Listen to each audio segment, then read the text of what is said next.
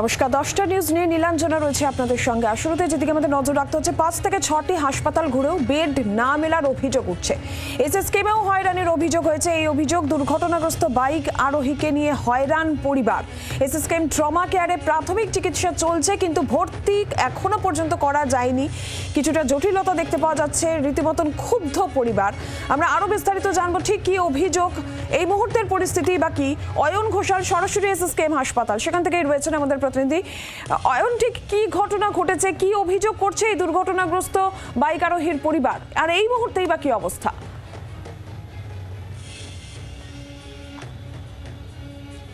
প্রথমত যেটা বলার সেটা হচ্ছে সেন্ট্রাল রেফারেল সিস্টেম, যা স্বয়ং রাজ্যের মুখ্যমন্ত্রীর ইমপ্লিমেন্টেড একটি ব্যবস্থাপনা। এই সিস্টেমে কোন হাসপাতালে বেড খালি আছে এবং এই মুহূর্তে কোনো পেশেন্টকে সেই হাসপাতালে পাঠানো যাবে কিনা, এটা কলকাতা শহরের 5টা বড় সরকারি হাসপাতালের সঙ্গে রাজ্যের প্রত্যেকটি হাসপাতালের লুপ তৈরি করা আছে। এবং সবথেকে বড় যে গুরুত্বপূর্ণ প্রশ্ন সেটা হচ্ছে, যে 5টা হাসপাতাল ঘুরে অবশেষে এই মারাত্মক আহত যুবককে এসএসকেএম হাসপাতালের ট্রমা কেয়ারে গতকাল শেষ রাতে নিয়ে আসা হলো, তার মধ্যে 2টো সরকারি হাসপাতালও রয়েছে। এখন প্রশ্ন এক, সরকারি হাসপাতাল যদি আরেকটি হাসপাতালে রেফার করে, তাহলে সেই রেফারের আগেই তো সেই হাসপাতালে জানা উচিত যে হাসপাতালে রেফার করা হচ্ছে সেই হাসপাতালে বেড আছে কিনা, এই চিকিৎসা অর্থাৎ এই গুরুতর আঘাত তার চিকিৎসা করার মতো পরিকাঠামো আছে কিনা, তারপরেই তো রেফারের প্রশ্ন। তাহলে সেন্ট্রাল রেফারেল সিস্টেম, যা স্বয়ং মুখ্যমন্ত্রী মমতা বন্দ্যোপাধ্যায় ইমপ্লিমেন্ট করেছেন, এই সিস্টেম কি হাসপাতালগুলো সবসময় মানতে পারছে না? তাহলে বিএন বসু এবং আরজি কর, এই দুটো সরকারি হাসপাতাল থেকে এসএসকেএমে যখন ওই আহত যুবককে পাঠানো হলো, তখন এখানে তাকে ভর্তি নেওয়া হলো না। এখন এই মুহূর্তে কি অবস্থা, যেটা আমরা হাসপাতাল সূত্রে জানতে পারছি, যে ট্রলিতে দীর্ঘক্ষণ ধরে ওই যুবক আছে এবং আপাতত ট্রলিতে তাকে রেখেই চিকিৎসার একটা ব্যবস্থা করা হচ্ছে। ট্রলি থেকে অপারেশন থিয়েটার, তারপর আবার ট্রলি, বেড আপনারা এখনো পর্যন্ত পাননি। অপারেশনটা কি আজকে হবে সেটা কি জানতে পারছেন আপনি? এখনো জানতে পারিনি অপারেশন হবে কিনা, সেটা এখনো জানতে পারিনি। আমাকে এখনই যে বারবার ডাকছে, আমরাও তো বাইরে মাইকে অ্যানাউন্সমেন্ট শুনতে পাচ্ছি। এখনই ডাকলো, সেটা বললো যে আপনার পেশেন্ট তো পায়ের অবস্থা খুবই খারাপ, ওনার পা হাঁটুর নিচে বাদ চলে যাবে। ওরা বলেই দিল? হ্যাঁ, বলে দিলাম।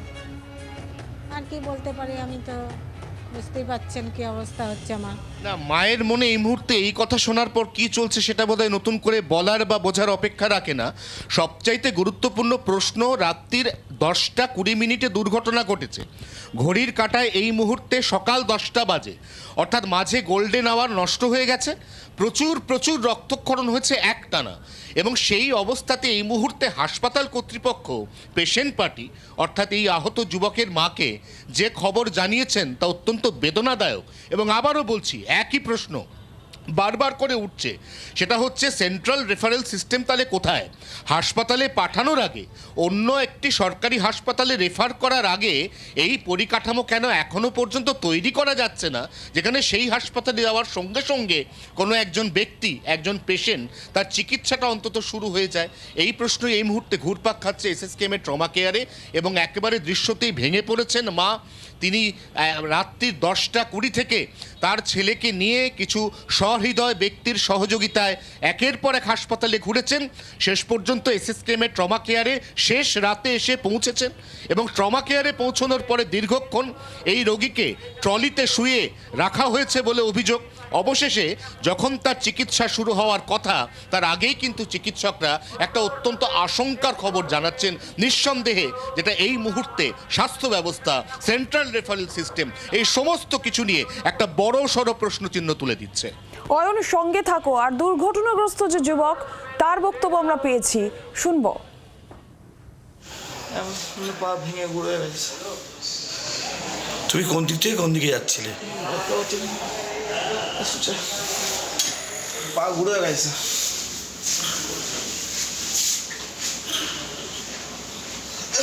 গাড়িটা কি জোরে যাচ্ছিল? আসতে তারপরে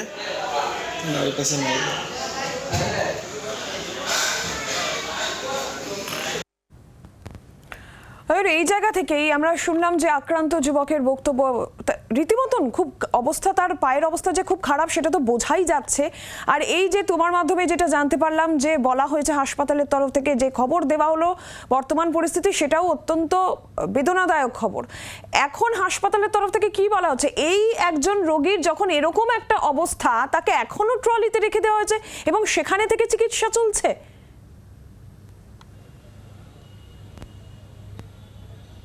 না, এ কথা নির্দ্বিধায় প্রথমেই বলে রাখা ভালো, এসএসকেএম হাসপাতালে ট্রমা কেয়ারে সত্যিই বেড নেই। এই মুহূর্তে ট্রমা কেয়ারে বেডের অবস্থা খুব খারাপ, বেড একেবারে নেক টু নেক, পুরো কানায় কানায় পরিপূর্ণ। এবং প্রশ্ন এটা নিয়েও নয়, প্রশ্ন হচ্ছে একজন এরকম আহত যুবক, তাকে রাতের অন্ধকারে কিছু সহৃদয় ব্যক্তির সহযোগিতায় একাধিক হাসপাতালে ঘুরে বেড়াতে হলো। তার মধ্যে দুটি বেসরকারি হাসপাতাল, সেখানকার চিকিৎসার খরচ শুনে, সেটা অ্যাফোর্ড করতে পারবেন না শুনে পেশেন্ট পার্টি নিজে থেকেই সেই হাসপাতাল থেকে বেরিয়ে এলেন। কিন্তু আবারও প্রশ্ন দুটি সরকারি হাসপাতালকে ঘিরে, বিএন বসু হাসপাতাল এবং আরজি কর, তারা যখন এই পেশেন্টকে অন্য হাসপাতালে রেফার করলো, তাহলে সেই রেফারের আগেই তো এই যে বর্তমান সেন্ট্রাল রেফারেল সিস্টেম পরিকাঠামো, তাতে জেনে নেওয়া উচিত যে পরের হাসপাতালটিতে এই পেশেন্টের এই মুহূর্তে চিকিৎসা শুরু করার মতো বেড আছে কিনা, সেইটা মেনটেন হলো না কেন? এটাই কিন্তু এই মুহূর্তে সব থেকে বড় প্রশ্ন।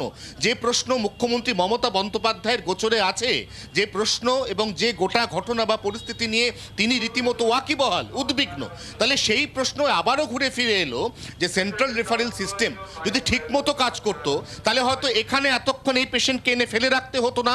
হয়তো যে হাসপাতালে বেড খালি, অর্থাৎ according to central referral system, তাকে সেই হাসপাতালে নিয়ে গেলে আরো আগে চিকিৎসা হতো। অর্থাৎ এই মুহূর্তে যে উদ্বেগের খবর, কান্না ভেজা গলায় এই যুবকের মা বলছেন, হয়তো সেই পরিস্থিতি তৈরিই হতো না। এবং সেটাই এই মুহূর্তে সব থেকে বড় প্রশ্ন। তাহলে এখন কি হবে অয়ন, সে বিষয়ে পরিবারের তরফ থেকে বা হাসপাতাল, এসএসকেএম হাসপাতালই বা কি বলছে এখন?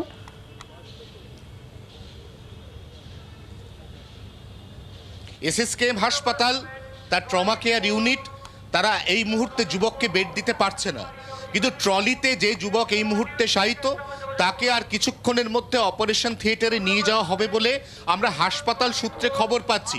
যদিও পেশেন্টের মা, তিনি এখনো পর্যন্ত এই তথ্য নির্দিষ্ট করে হাসপাতালের থেকে পাননি যে ঠিক কখন অপারেশন শুরু হবে এবং অপারেশনের পরে কি পরিস্থিতি দাঁড়াবে। কিন্তু হাসপাতাল সূত্র দাবি করছে যে ট্রলি থেকে ওটিতে ট্রান্সফার করা হবে, অপারেশনের পর আপাতত ট্রলিতেই রাখা হবে। পরে যদি কোনো বেড ভ্যাকেট হয়, অর্থাৎ কোনো শয্যা খালি হয়, তাহলে সেখানে তাকে শিফট করা হবে। কিন্তু এই যে দেরিটা হয়ে গেল, এই যে গোল্ডেন আওয়ারটা নষ্ট হয়ে গেল, এই যে অতিরিক্ত রক্তক্ষরণ রাত 10টা 20 থেকে কার্যত পরের দিন সকাল পর্যন্ত হলো, এর দায় কে নেবে তা নিয়ে নিঃসন্দেহে প্রশ্ন থেকেই যায়। একদমই।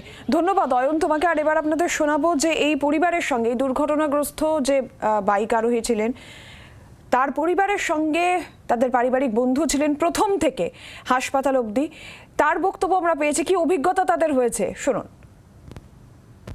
প্রথমে ওনাদের ব্যবহারটা ভালো ছিল, কিন্তু যখন পেশেন্ট এখন এই মুহূর্তে পেশেন্ট একটুখানি ডিটোরেট করছে, মা এখনও পর্যন্ত জানে যে ওনার ছেলের পা বাদ যাবে, তা সত্ত্বেও মা এখনও স্ট্রং রয়েছে যে আমার ছেলেকে ভর্তি নেওয়া হোক। কিন্তু না, ওনারা ভর্তি নিচ্ছে না।